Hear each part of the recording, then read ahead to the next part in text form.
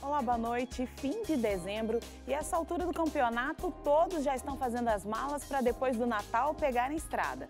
Mas antes é preciso fazer tudo para garantir a segurança da família. E geralmente esse cuidado começa pela revisão do carro, que é preciso estar com os pneus bons, freios em dia e outros itens que podem fazer a diferença para evitar os acidentes.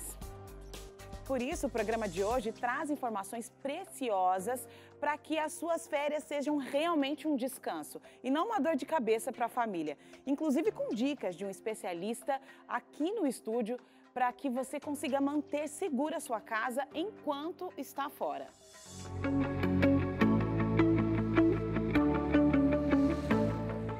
Chegou o final do ano e com ele as festas de Natal e de Réveillon e também as tão esperadas férias. Muita gente aproveita este período para viajar, visitar amigos e família e curtir paisagens diferentes. Mas para cair na estrada e aproveitar tudo isso é preciso ter responsabilidade. Nessas datas, o movimento nas estradas aumenta consideravelmente em todo o país, o que gera engarrafamentos e lentidão nas rodovias e em praças de pedágios. A atenção deve ser redobrada e, claro, não esquecer do roteiro com os melhores horários e locais de parada. Mas antes de realmente colocar o pé na estrada, é importante ficar atento com a revisão do veículo, um costume que muita gente deixa passar despercebido. Quando a pessoa pensa em revisão, a pessoa pensa assim, puxa, eu vou gastar um dinheirão numa revisão, né? E muitas vezes a revisão evita da pessoa gastar dinheiro lá na frente. Acaba sendo uma coisa até mais econômica, né? Então, primeiro, o que a gente tem que pensar em primeiro plano seria na segurança e em segundo plano aí até na própria economia aí, né? Para que a revisão seja eficiente, alguns pontos não devem ficar de fora da avaliação do mecânico. Verifique o nível e a qualidade do óleo e fluidos do veículo. A suspensão é outro item que deve ser checado com atenção, pois é ela quem dá estabilidade ao carro. Verifique também os amortecedores e examine os freios. E jamais esqueça de checar a situação do pneu, não esquecendo de solicitar o alinhamento e o balanceamento. Porque se você anda com o pneu aí já com o desgaste dele já acentuado, você pode tomar uma multa aí, a multa chega próxima a R$200. E lembrando que essa multa ela vai sendo somada pela quantidade de pneus. Então se tem um pneu, é uma multa. Se tiver 2 pneus ruins no carro, 2 multas e assim vai. Flávio, a gente tem aqui 2 pneus. A gente está vendo que é um pneu bem desgastado, um pneu novo. Fala pra gente como é que a gente pode olhar e saber a diferença quando o pneu está desgastando, quando é hora de trocar, esses detalhes que a gente muitas vezes fica perdido. Legal. Aqui a gente tem uma reguinha, tá? Essa reguinha ela é própria para medir o desgaste do pneu, ok? Mas se você na sua casa você não tem essa reguinha, não quer trazer o carro, você pode você mesmo olhar isso em casa. É simples, vamos dar uma olhada aqui. Aqui no pneu a gente tem esses carocinhos aqui, que é chamado de TWI, ou seja, o índice de desgaste do pneu. Tá? Quando eles ficam assim, do jeito que está aqui, ó, que eles já se igualaram à banda de rodagem, já tem que ser substituído. Esse pneu aqui é um pneu que pode já gerar multa. Dá para a gente observar também que tem borracha aqui, ó, e aqui já está careca, né, como o pessoal fala. Então veja que isso aqui é um carro que a pessoa estragou o pneu por não fazer o alinhamento. Agora aqui nesse pneu que é novo, vamos ver aqui a diferença aqui do sulco, tá? É bem maior, né? É um pneu novo, então a água entra por aqui e sai, né? E você tem um contato do pneu com o solo. Aqui já é um pneu que não tem contato com o solo, principalmente na hora da chuva, porque esses sulcos já estão muito rasos, então a água faz com que dê aquela famosa aquaplanagem. Tá? Isso é muito perigoso. Um recente estudo realizado pela Organização Mundial da Saúde mostrou que a morte no trânsito ainda é um problema. O documento também destacou que as lesões causadas pelo trânsito em todo o mundo são hoje a principal causa da morte de crianças e jovens entre 5 e 29 anos de idade. A Polícia Rodoviária Federal diz que a maioria dos acidentes acontecem por 2 motivos. A maior causa seria a falta de atenção do condutor. E dentro dessa falta de atenção está o uso do celular, algum elemento que possa distraí-lo ali durante a condução e também o excesso de velocidade. Né? Com excesso de velocidade reduz muito a capacidade do motorista em realizar alguma manobra defensiva na hora da frenagem do veículo e também auxilia muito para que ocorra um acidente de trânsito. Em todo o ano passado, a Polícia Rodoviária Federal registrou pouco mais de 89 mil acidentes nas rodovias federais. Em consequência dessas ocorrências, mais de 6.200 pessoas vieram a óbito. O número é baixo se comparado a 2016, ano em que ocorreram quase 97 mil acidentes. A Polícia Rodoviária Federal espera que os dados para 2018 sejam bem menores. A Polícia Rodoviária Federal sempre está com uma orientação a mais aí para os motoristas nessa época e nós também reforçamos o nosso efetivo, aumentamos as nossas metas de fiscalização quanto ao uso de álcool no volante, quanto ao excesso de velocidade, entre outras ações educativas também.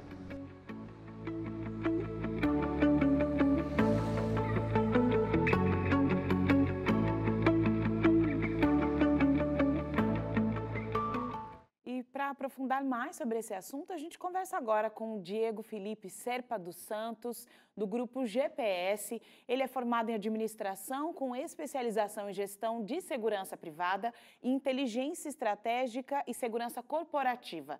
É também segundo-tenente da Reserva do Exército e instrutor credenciado pela Polícia Federal e atualmente exerce a função de gerente de riscos. Seja muito bem-vindo, Diego. Boa noite. Boa noite, Carolina. Obrigado pelo convite. Obrigado por estar aqui. Diego, existem muitas opções para manter uma casa segura, dentre elas a cerca elétrica, né, e todos os equipamentos de segurança. Mas também tem uma opção de você ter essa cerca elétrica sem estar atrelado a uma agência, uma empresa de segurança. Há essa possibilidade? É viável? É seguro? Como funciona? Há essa possibilidade, sim. Também hoje a gente tem muito recurso tecnológico, né, com inteligência, para a gente poder promover essa segurança no ambiente, né, no caso na nossa residência, sem necessitar de uma empresa de segurança, né, que essa empresa faça um monitoramento de forma continuada. Podemos nós mesmos fazermos esse monitoramento por meio de até mesmo do nosso smartphone, por exemplo. Uhum. A gente costuma dizer que, antes de tudo, a gente tem que entender quais são os motivos que levam, de repente, um criminoso a tentar entrar na nossa residência, né? Então, é um conceito bem conhecido no mundo da segurança, pelos profissionais de segurança. Todo crime ele se baseia numa tríade, né? Então, a gente costuma falar que o criminoso ele precisa ter o conhecimento técnico para cometer o crime, precisa estar motivado, e esses dois vetores que eu comentei primeiramente são deles, nós não conseguimos tirar. Mas onde a gente pode agir é no terceiro vetor, que é a oportunidade. Então, a gente tem que conhecer primeiro esse ambiente para poder aplicar a recomendação necessária de segurança e promover segurança, de fato, para a residência onde a gente mora, ou o local que a gente quer proteger. A partir daí, existem várias maneiras de você praticar esse tipo de segurança. Seja ela, primeiramente, promovendo um local, um ambiente onde não haja uma percepção de abandono, isso é muito importante. E isso, apenas com medidas dinâmicas, nossa própria inteligência, a gente consegue manter na nossa residência, com coisas do dia a dia mesmo. Depois, os recursos tecnológicos e o mais simples de tudo, que é fechar as portas, janelas, né, o básico da segurança. Manter tudo travadinho, tudo em ordem, né? Exatamente. Você estava falando para dar aquela sensação de que esse local, essa residência não está abandonada, né? Uhum. Uma técnica que é milenária é sair de casa e deixar as luzes acesas. Isso funciona? Olha, funciona, mas a gente tem que agir com inteligência. Como a gente sempre fala, os criminosos eles estão se aprimorando cada vez mais. Então, cuidado principalmente com a questão das luzes, né? Luz apagada o tempo inteiro dá a sensação de abandono. Luz acesa o tempo inteiro também pode mostra dar. Que a gente está querendo dissimular um ambiente que de fato não tem ninguém lá. Então, existe inteligência para isso.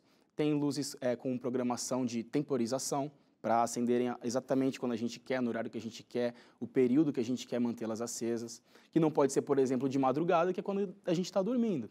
Então, a gente tem que tomar muito cuidado com a inteligência na aplicação da tecnologia, com a aplicação dos recursos de defesa. E as luzes apagadas também, vai chegar um momento que é rotina todas as casas terem a luz acesa e aquela residência vai estar apagada, não cabe. Sempre apagada, num horário que comumente estaria aceso, né? E às vezes a gente pensa que é uma questão, esse é um equipamento muito caro, mas nem sempre, né? Esse temporizador de luz pode ser acessível, né? Se é acessível. Uma pesquisa. Temos o recurso de temporizador de luz, também temos recursos com fotocélula. Então, a partir do momento que não tem mais a luz solar, eles acendem porque eles vão armazenando energia durante o dia e quando já não tem mais a luz necessária para manter ativado o desligamento, essas luzes elas acendem e aí promovem aquele estado de à noite acende a luz e durante o dia apaga. São recursos acessíveis em qualquer loja de luzes nós encontramos, de elétrica, a gente tem acesso a esse tipo de equipamento e o valor é bem acessível para todo mundo. Para a população em geral, né? Agora, uma outra opção, muitas vezes, que é possível, quando a gente pode manter tudo bem trancado, bem fechadinho, mas às vezes opta por ter aquelas grades na janela ou mesmo aquelas trancas, que é como uma ripa de madeira que você coloca ali para que mantenha seguro. Funciona? Olha, só isso não. Né? Como qualquer outro recurso, sempre aplicado com inteligência. Então, ainda dizemos para o pessoal sempre aprimorar as fechaduras das portas, né? Utilizar uma fechadura mais rebuscada, com mais segurança, porque as fechaduras tradicionais, todo mundo já conhece, inclusive a maneira de burlar esse tipo de fechadura. Então, poxa, até uma viagem planejada, a gente tem que começar o planejamento com a segurança do ambiente que a gente mora. Então, trocar as fechaduras, e sim, é a janela de correr. Então, poxa, pode colocar assim, os taquinhos de madeira para travar a janela. Para não correr a janela, ou portas, né? Tem aquelas portas que... Isso, mas é um elemento a mais na contribuição da segurança. Não pode ser só isso. Só isso não. Trancar, ter o vidro específico que não permita a visualização de quem está dentro da residência, se tem algo dentro da residência, é algo que contribui. Então, o mecanismo de defesa, ele depende de um conceito de segurança. Todo o planejamento, desde os recursos até como utilizaremos esses recursos, fazem parte do sistema. Muitas famílias vão para destinos mais longe de casa nas férias e ao invés de irem de carro, acabam optando por viajar de avião.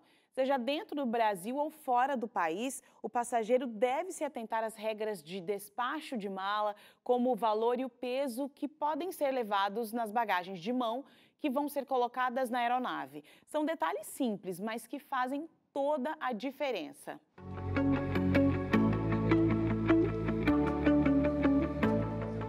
Viajar de avião já virou rotina no mundo de hoje. Cada vez mais pessoas passam pela experiência de viagens aéreas de curta ou longa duração. E no período das férias, então, o aeroporto fica mais cheio do que de costume. Mas é bom ficar atento a alguns detalhes para que sua viagem não se torne um transtorno até antes mesmo de ter começado. Para quem decide comprar algum pacote em agência de turismo, por exemplo, o ideal é fazer tudo com antecedência. Sempre que uma viagem se aproxima, inevitavelmente vem o dilema da bagagem. De acordo com a Agência Nacional de Aviação Civil, o passageiro pode levar 2 tipos de bagagens no voo, uma de mão e a outra a ser despachada. Com a regra tarifária, a franquia de bagagem de mão é de no mínimo 10 quilos. Isso quer dizer que o passageiro tem o direito de levar no mínimo esses 10 quilos juntamente com ele no avião. Já quem vai despachar a bagagem, as companhias aéreas podem oferecer franquias de bagagem diferenciadas no momento da compra da passagem ou nos balcões de check-in. No contrato estão especificados o peso, a quantidade de volumes e o tamanho da mala que o passageiro pode despachar. Toda viagem a gente sempre tem dúvidas, né? Principalmente agora, com essa nova mudança que teve na questão das malas, de bagagem, né? Por exemplo, eu estou vindo do voo doméstico, eu tive que pagar R$140 por desinformação, não sabia.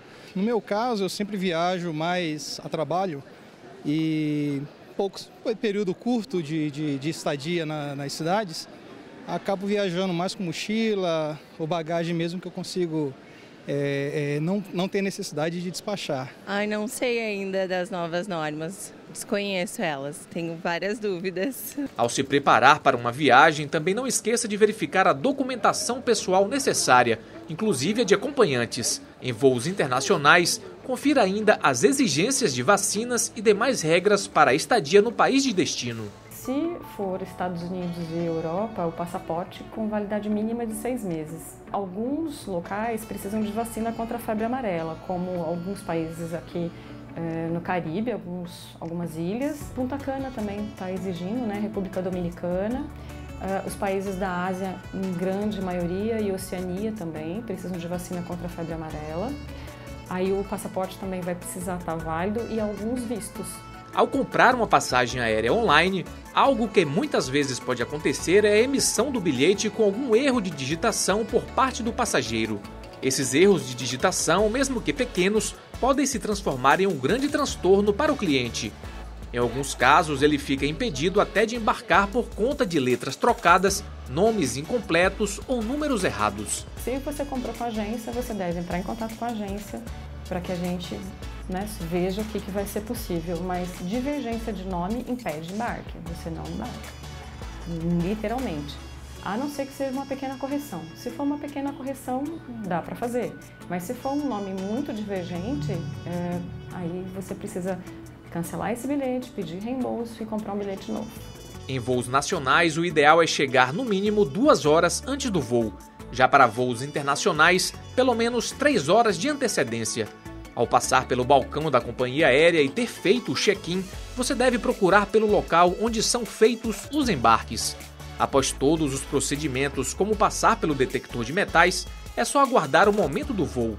Mas se tiver algum imprevisto ao chegar no local de destino, as agências de viagem sempre têm um canal de comunicação direto com o passageiro. A gente tem um WhatsApp, que inclusive hoje, pelo fato de ter facilidade de internet em todos os lugares, você pode nos chamar pelo WhatsApp e aí a gente toma as providências que forem necessárias.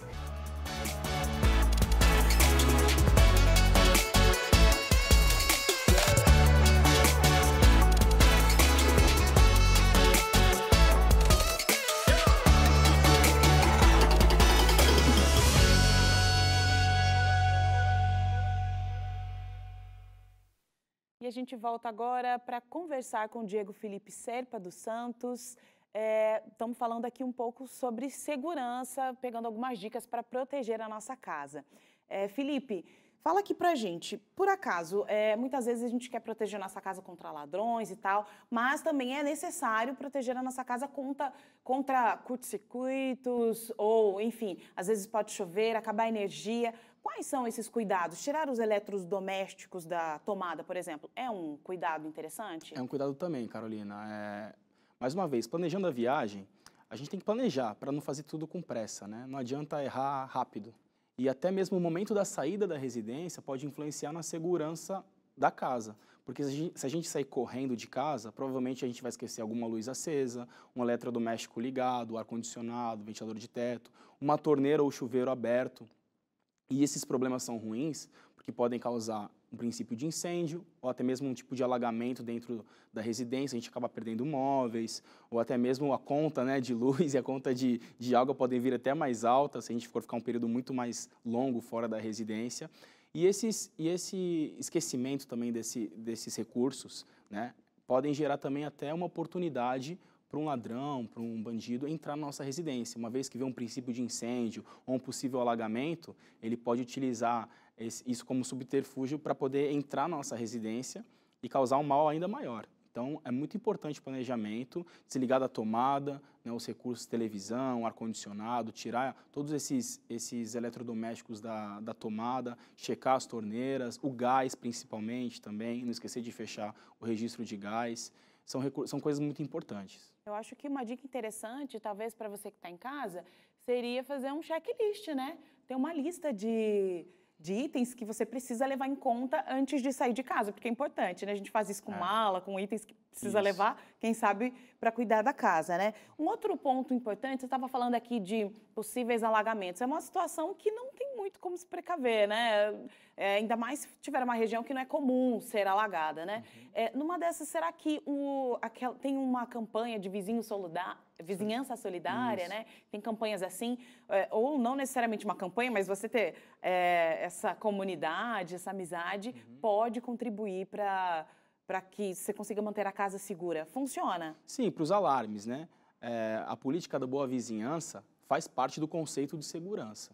Então, a gente tem que ter comunicação com os vizinhos, até porque quando um viaja, o outro tem que dar uma cobertura e assim por diante. Saber o que acontece na nossa residência somente por sistemas eletrônicos que estão disponíveis aí, são bons, nós devemos utilizar, é uma coisa, mas é importante o máximo de informações, contingências de informações que nós possamos receber. Então, o sistema eletrônico é uma maneira? É uma maneira. a vizinhança poder nos ligar e falar, olha, está acontecendo isso na sua casa, a rua alagou, provavelmente quando você voltar teremos um problema, ou a prefeitura está na nossa rua aqui arrumando tal tipo de equipamento, um poste que caiu, ou porque alagou, até para a gente poder identificar, de fato, que problema que está causando no nosso alarme. Então, é muito importante ter essa comunicação com a vizinhança, né? Uma comunicação segura, de confiança, estabelecer essa rede de confiança entre os vizinhos, para a gente poder sempre estar informado e tomar as decisões corretas quando acontecer uma emergência, por exemplo. Agora tem uma opção, né? Muitas pessoas têm animais em casa, cachorros, né? Pode ajudar? Olha, é um ponto de muita atenção. Né? Apesar de um pet, né? de um cachorro de estimação, de um animal de estimação, ele pode até promover a nossa segurança, mas lá quando eu falei no comecinho sobre a sensação de abandono, a gente tem que tomar cuidado com alguns aspectos. Por exemplo, as necessidades desse bichinho. Se ficar muito tempo no quintal, né, dá uma sensação de abandono porque não tem limpeza, por exemplo. Então, se for um animalzinho que for treinado, saber o local correto onde deve, né, promover suas necessidades, uma pessoa que de repente possa entrar ali só na área do quintal, na sua residência, para alimentar esse animal, é um ponto também de atenção, porque quando os bandidos resolvem entrar e a gente tem um animalzinho lá, pode ser até ruim, porque eles podem até prejudicar o bicho, né, com alimentação que não é saudável, ou até mesmo ferindo o animal. Então, é um ponto que a gente... Hoje em dia tem hotéis para você deixar o seu cãozinho de estimação, que é muito mais recomendável. Se possível, evitar, então, né? Porque pode ser que o animal também sofra algum... Exatamente. Quando estamos em casa, muito bom. Quando não estamos, não é tão bom assim. Não é legal, né? Agora, nós temos também a opção, tem muitas opções gratuitas, né? Que você pode ter essa possibilidade. Agora, dentro da segurança privada, né? Tem opções? Quais são essas opções para que eu consiga manter a minha casa segura? Os sistemas de segurança, quais são as opções? As opções são os monitoramentos dinâmicos, né? Enquanto estamos fora de casa, os alarmes, as câmeras, eles são integrados a um sistema e monitorados remotamente de uma central de segurança de uma empresa especializada, né? Esse é um tipo de segurança que as empresas podem promover. Outro tipo de segurança é uma pronta resposta. Então, a partir do alarme, quais são os protocolos de defesa, de proteção que essa central vai iniciar? Vai comunicar a polícia, 190, ou vai comunicar o bombeiro? Vai mandar uma pessoa motorizada no local da residência para verificar de fato por que o alarme acionou. Foi um alarme de sensor de presença, de repente passou um bicho e disparou, ou foi um alarme falso, ou de fato alguém entrou e saiu da residência, já aconteceu o crime, então precisa acionar a polícia, as pessoas responsáveis, quem foi que o proprietário deixou com o telefone para ser acionado mediante uma situação de emergência. Então as empresas de segurança, elas têm muito a contribuir, principalmente na pronta resposta, né? E o conceito de pronta resposta quando a gente faz o planejado e nada funcionou, já quebraram essa barreira, temos que tomar um posicionamento diferente para resolver a situação. E é nisso que as empresas podem ajudar bastante. Até mesmo na instalação de equipamentos, Carolina. Eu comentei com você que a gente pode monitorar sozinho, né, a nossa residência, mas a instalação desses equipamentos é muito importante que uma empresa especializada faça. Porque cada residência tem uma disposição de paredes, de móveis, né, de telhas, diferente uma das outras. Então, um especialista ele vai até o local e vai identificar qual o melhor posicionamento para cada equipamento, de maneira que o equipamento não venha a depreciar ou a sofrer ação de chuva, de repente estragar e perder o seu funcionamento, a sua utilidade. Então, por mais que façamos o monitoramento por nós mesmos, é importante a empresa de segurança promover essa instalação.